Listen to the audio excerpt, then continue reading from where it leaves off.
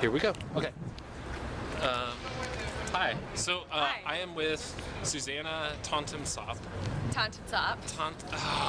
It's okay. I practiced. You have like, there's like a Y in your last name And an A, and they're both silent at the end. it's tricky. So we're at the Geffen.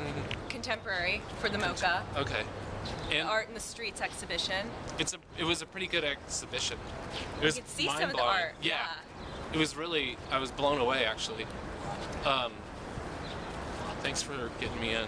Oh, no problem. What, so, and I met you in New York because you do the creative migration thing, and we have some mutual art friends and From stuff. Portland, yeah. And from Portland. Yeah, Yeah, and New York. it's kind of crazy. It's And kind of now, crazy. and then we were flying on the same plane down From to Portland to LA on Tuesday. Yeah, and Yeah. now. You were in first class though, and I was in coach. But I had more room because it was an empty plane, so I had a whole row in coach. I sat next to a guy that looked a lot like like if Will Ferrell had like a twin brother. Yeah. It was like his. It was like his twin. It was like Will Ferrell's twin brother. And I sat next to no one because I had a whole row. Yeah, but I sat next to some guy that looked just like Will Ferrell if he had a twin brother, and he wasn't funny at all. And the guy was like the unfunny twin. The guy was a consultant. For consulting what? I don't know. Hang on. I'm just gonna do that. Okay. I don't know what he was consulting for. It's like, he's like, I'm a consultant, and then I didn't want to ask anymore, because what if he was like, what if he like fought crime or something, or like if he like attacked, like was like a, what do those people call it? Crime fighters? Yeah, like some sort of secret special missions that goes in. Secret agent? Yeah, like the secret agent. Yeah. And like if I was a secret agent, I would say. Or like an air marshal? Oh, he could have been an air marshal. He could have been. Did he have any carry-on bags? He looks like Will Ferrell. Did he have a carry-on bag? No, is that how you know? Well, I don't know. I mean, usually if you're an air marshal, you don't need a carry-on bag. You just need a gun and like a knife. And a few snacks and dried mangoes. Exactly. It's crazy. So let's go this way. LA's a weird place, right? It's totally super weird. Super weird. So we're Little Tokyo. It is little. It's very little. What do you? So you're wait. Okay, I should tell people that you work for Creative Migration.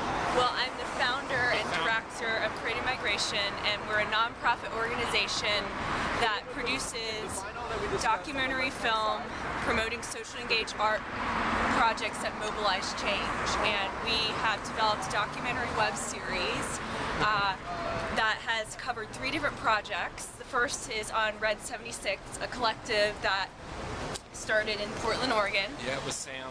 Sam Gould. Sam Gould and Zephyr Thrall. Yeah. Gabriel Mendel Solomon, and a bunch of other characters. Because Red 76 is sort of this. Whoever's involved with Red 76 at the time of the project is part of Red 76, and that's their. That's kind of cool. Whole sort of ethos or ethos. Is it ethos or ethos? I sat next to some guy that looked like Will Ferrell on the plane. Yeah, it's pretty interesting that. So you've been doing this for a long time, and it's like, that's what you've been doing? So you put a lot of time and energy into this. Yeah, I started Creative Migration in 2005, but there was a lot of youthful naivete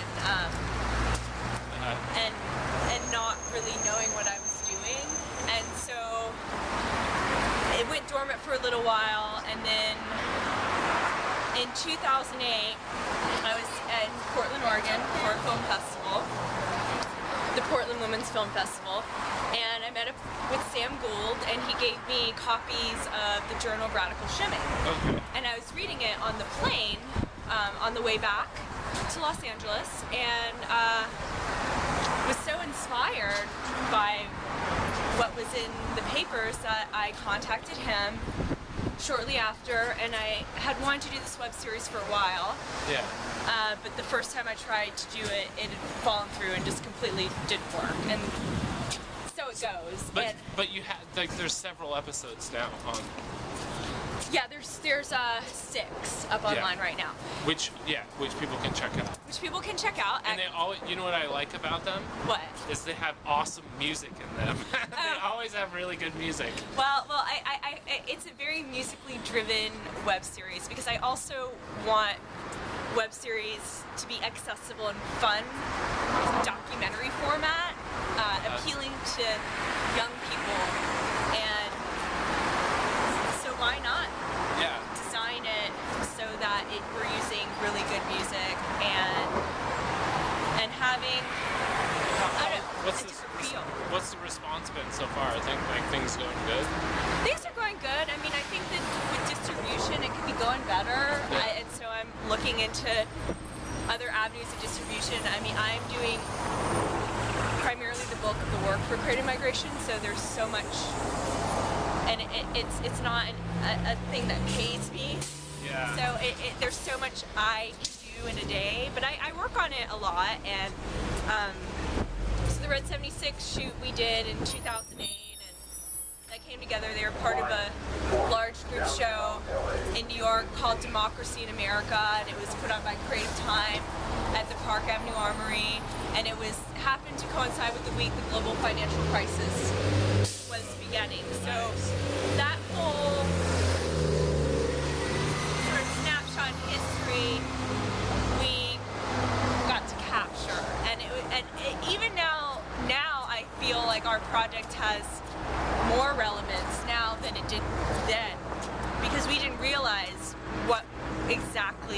how the magnitude of everything that was going down that week, how that would still affect us today. So now what's going on? Like, what are you working on now? Well, we shot a second series on Prospect, New Orleans, which is the largest international art biennial in the United States, and it was specifically brought to New Orleans to revitalize the city after Hurricane Katrina. And then we just shot a project in December on Green Patriot Posters, which is a project that uses dynamic graphic design to educate the public about global climate change. And they did a poster campaign in San Francisco where they funded it through a crowdsourcing site called Loud Sauce that funds social campaigns using traditional media platforms, advertising space. So they had the posters up at bus stops in San Francisco throughout the month of December, and we went up and we covered that. And now we are trying to expand the project. We are expanding the project into a full-length feature film called The Green American Road Trip. And it's greening the classic American road trip to promote sustainable travel and pro-environmental behavior to Generation Y. And so we are going to travel from Los Angeles to New Orleans in a plug-in hybrid vehicle wrapped in a poster design. And it's an experiment to see how sustainable can we be on a cross-country road trip. Yeah, you'd have to probably get a really long extension cord for that. Well, it's a plug-in hybrid, so you don't actually have to have it plugged in while you're driving. No, but if it's a traditional EV, it would take 8 hours to charge, which is quite a bit for a cross-country road trip. But that was kind of a joke because I was hoping to put the thought of these long extension cords going down the highway, you know. I didn't connect with the joke, but I do now. I think it's funny. It's funny now. The delivery wasn't so. Oh, now you're getting with the weird shots again. And no, it's not a weird shot. It's just that. Yeah, but that's the thing is like the sun. But then I can show people this back. No, I know. But like watching it on your site, it's crazy when you do the flip around. And I didn't see some of those shots, some of that stuff up there before. Yeah. And like, there's a lot of stuff that I hadn't seen before. And like, what's this song? What's this a little go for broke thing? I don't even know where you're pointing. I'm like taller than you a little bit, but it's like a memorial. It's an American story apparently. So the road trip. So You're actually going to do the road trip though, right? We're going to do the road trip. You haven't done it yet. We haven't done it yet. I mean, it's a pretty. How do you find people that are going to be like how do you decide? Do you kind of know who you're going to like get in on the project like ahead of time? Or Yeah.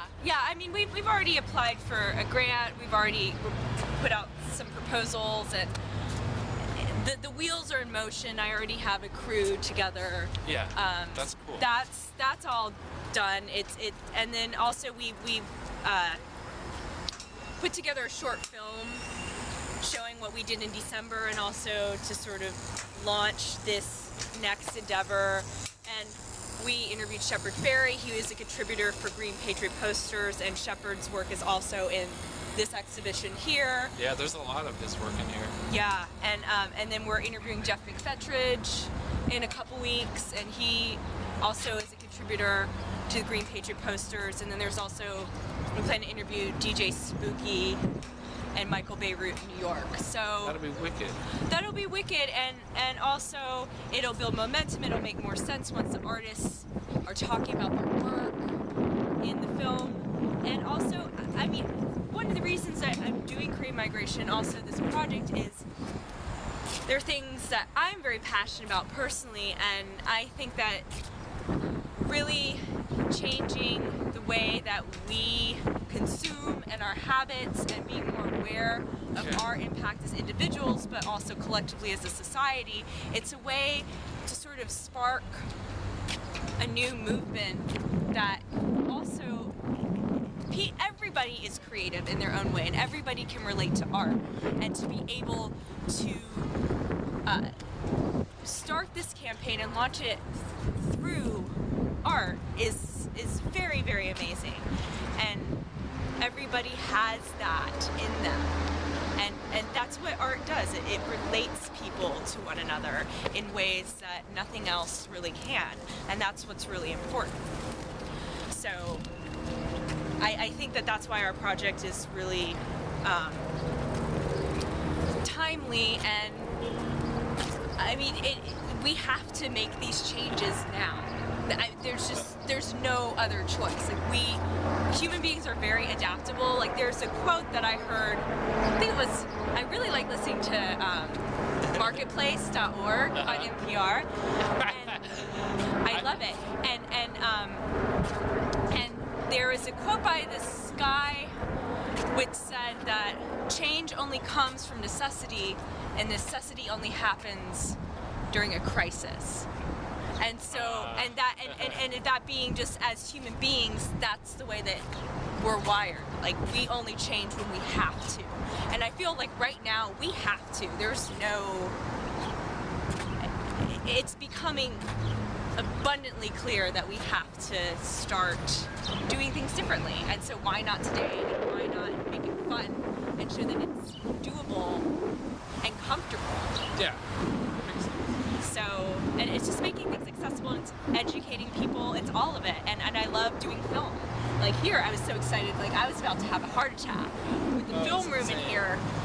Oh yeah, because they're giving out free equipment, basically. You have to have a credit card, but in case you steal it and damage it. But they're allowing you. They're having workshops where they give free equipment through Levi's, but like, that's totally cool. I'm gonna stop this video. Okay. Thanks. Is it so boring? Huh?